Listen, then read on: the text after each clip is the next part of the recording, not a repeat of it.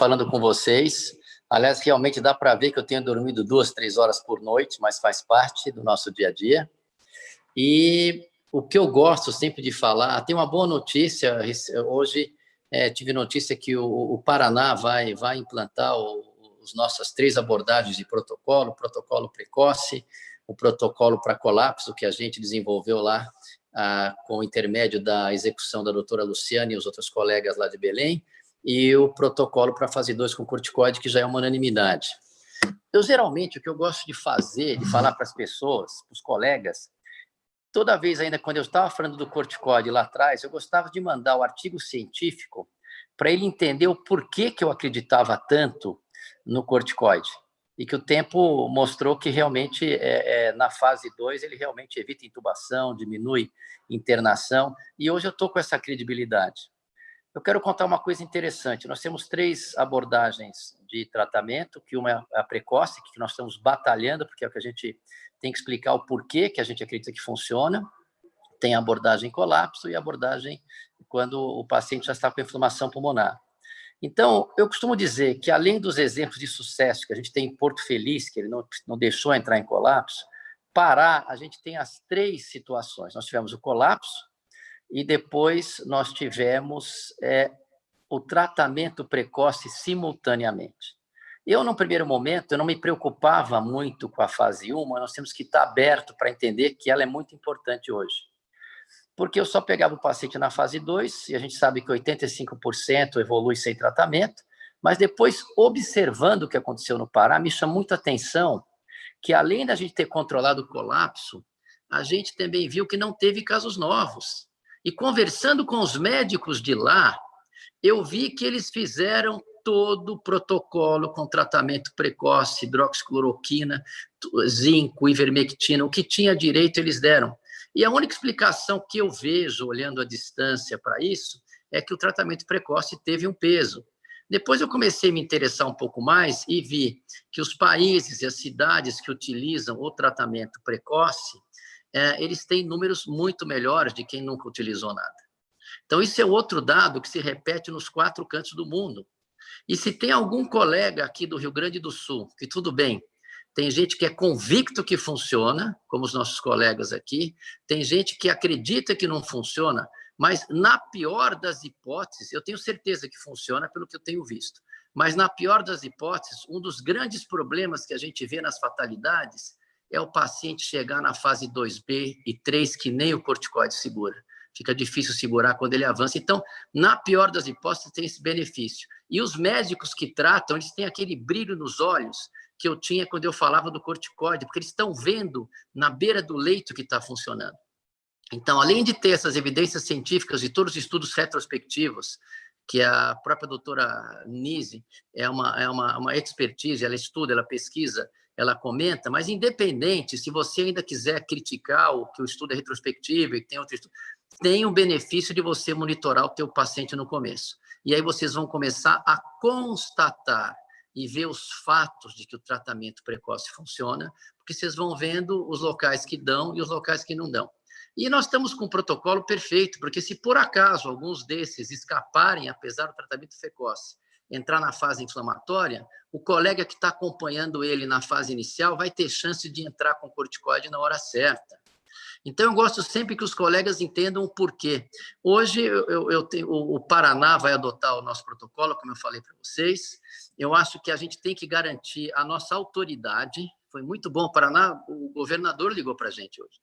E foi muito bom, e eu acho que nós vamos blindar o Brasil. Foi assim no Pará, em 4 semanas, 3 semanas estava blindado, foi assim em Manaus, foi assim em Amapá. Então, quer dizer, não pode estar todos esses estados estarem errados. Então, nós temos que começar logo com o tratamento precoce, além do benefício que a gente acredita que funciona, tem também o benefício de você trazer o paciente numa fase inicial mais próxima do médico. E a decisão é do médico, é a autoridade do médico, isso é fundamental, e os governantes que estão entendendo isso, deixando os médicos trabalharem, eles vão ser eternamente gratificados pelo seu povo. Isso não tem dúvida nenhuma. Então, aquele governante que deixar o médico trabalhar acima da política, que nós estamos tratando, salvando vidas, e todos aqui nós somos apolíticos, O resto... Porque vocês são a referência nacional para o tratamento precoce, né? Vocês abraçaram a bandeira e colocaram a cara a tapa e estão mostrando para todo mundo, né? Apesar de todas as críticas, assim como o Dr. Anthony falou e o próprio Dr. Paulo, até o ano eu faço a profilaxia de forma indiscriminada para todo mundo ou eu seleciono determinados grupos, profissionais da área da saúde, por idade? Tá ótima explicação. Tá ótimo, perfeito. Mas o que ficou para mim, a princípio, seria para grupos selecionados, né? Comunidades, né? E profissionais da área da saúde. Seria aquele, quem está na linha de frente ali. Resumidamente, nesse momento, seria essa indicação. Eu acredito que sim, Carla, porque, assim, veja bem, se você disseminar o uso disso para todo mundo, o que vai acontecer de forma inexorável? Alguém vai ter uma arritmia e vai morrer, concorda? Por quê? Porque as pessoas têm arritmia todo o tempo e morrem de arritmia. Se você pegar, por exemplo, pessoas que têm tiroidite de Hashimoto que usam T4, elas têm arritmia. Elas têm essa sístole. É frequente isso. E ninguém fala, olha, não tome T4 se você tem hipotiroidismo, não é? Mas, se você pegar e der cloroquina como profilaxia indiscriminadamente para todo mundo, o primeiro que morrer por arritmia vai virar manchete de jornal por uns 10 anos.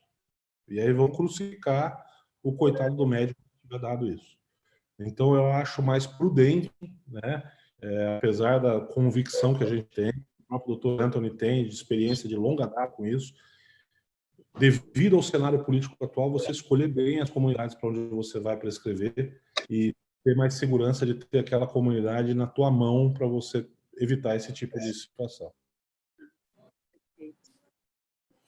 Passando para outro tópico, assim, que para mim também está um pouco obscuro, assim, em relação ao tratamento, tá? Aqueles casos leves, tratamento precoce, uso de anticoagulante, né? Até quando, para quem, para todo mundo, qual é o tipo de seleção que vocês sugerem, assim? Eu queria acrescentar, Carla, posso entrar um pouquinho? Posso entrar um pouquinho? Paulo, eu queria complementar o que eu estou extremamente leves, sintomas muito leves, e depois de um tempo já recuperaram. Do grupo que não quis receber hidroxicloroquina, 56,3% ficaram doentes. Desses 56,3%, alguns ficaram com doença muito grave e eventualmente acabaram falecendo. Ou seja, quem usa hidroxicloroquina na linha de frente tem uma chance 700%, 7 vezes menor de pegar o Covid, e mesmo assim, quando pega, são quadros muito leves. Então, sem dúvida, a linha de frente deve. E, então, a tal maneira que o governo indiano, complementando o que o Paulo disse, quem está na linha de frente é praticamente obrigado a receber hidroxicloroquina profilaticamente, justamente para diminuir. E nós sabemos que é o número trágico que nós temos no Brasil, né? Um número grande de médicos morreram agora, nesses 4 meses. Nos Estados Unidos não é diferente. Nos Estados Unidos tem quase 2.000 agentes de saúde já faleceram porque não usaram hidroxicloroquina. O segundo grande grupo são os contactantes, certo? Então aí entra o que o japonês fez, o povo japonês fez como intervenção vertical. Identifica quem está nessa comunidade.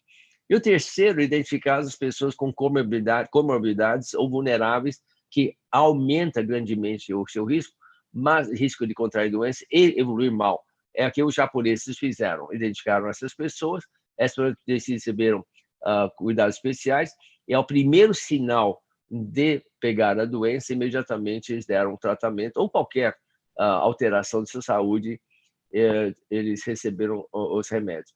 Eu gosto muito de dizer, aliás, já fiz outros lives, o que os spaghetti western fazem, né? Atira primeiro e pergunte depois. Porque se a pessoa tem sintomas de dor de garganta, febre, etc., e não precisa esperar a perder o olfato. Eu vou fazer PCR, eu dou remédio antes. Leva 3, 4 dias para chegar ao resultado PCR. Ele toma um remédio que não faz mal, que tem muito pouco efeitos adversos, e pelo menos ele estará... Agora, se evoluir realmente que é positivo, então ele termina o tratamento mas ele estará com 99,5% de cura, etc. Então, eu acho que esses são os 3 parâmetros que você pode usar. Realmente, é impossível você distribuir hidroxicloroquina sem azitromicina, né? A fase profilática é só com hidroxicloroquina a toda a população. Agora, reitero mais uma vez, os estudos com ivermectina como preventivo não existem, certo? Não temos a dose, não temos a posologia e não temos nenhuma estudo de eficácia. É mais ou menos baseado apenas em um estudo in vitro. Eu acho que é. Então, novamente, eu vou utilizar aquele do Spaghetti Western. Atire primeiro, porque aí, com certeza, a pessoa não vai evoluir para uma forma mais grave. É a minha opinião, e não sei se é compartilhada por todos, mas, olha, com isso, não só no Pará, não só em Porto Feliz, mas também na Espanha e na França, que adotaram isso para os casos leves, aí depois de 2, 3 semanas, viram uma queda muito acentuada de hospitalizações e de pacientes que evoluíram para uma forma mais grave e, eventualmente, até eliminaram o vírus circulante, até aumentaram o número de vagas. Aliás, foi o que aconteceu no Belém, Pará, né? Depois de 2 semanas, houve uma queda brutal de hospitalizações e de óbitos naquele estado. Eu quero é que vocês analisem individualmente. Isso aqui não é uma receita de bolo. Eu tenho certeza que o ONG e outros colegas, a gente olha o protocolo, mas a decisão depende do nosso raciocínio diante do paciente. O protocolo serve como um guia. Mas vou dar um exemplo bobo. Você não vai dar corticoide a um camarada que tem uma blastomicose disseminada. Então, você no pulmão. Então, é isso que eu quero. A autoridade do médico, a individualização e anticoagulação profilática, sim, isso ninguém deixa de dar. Isso praticamente, vão sair muitos estudos. Agora, dependendo do caso, você pode até fazer anticoagulação plena, tomando os devidos cuidados do sangramento.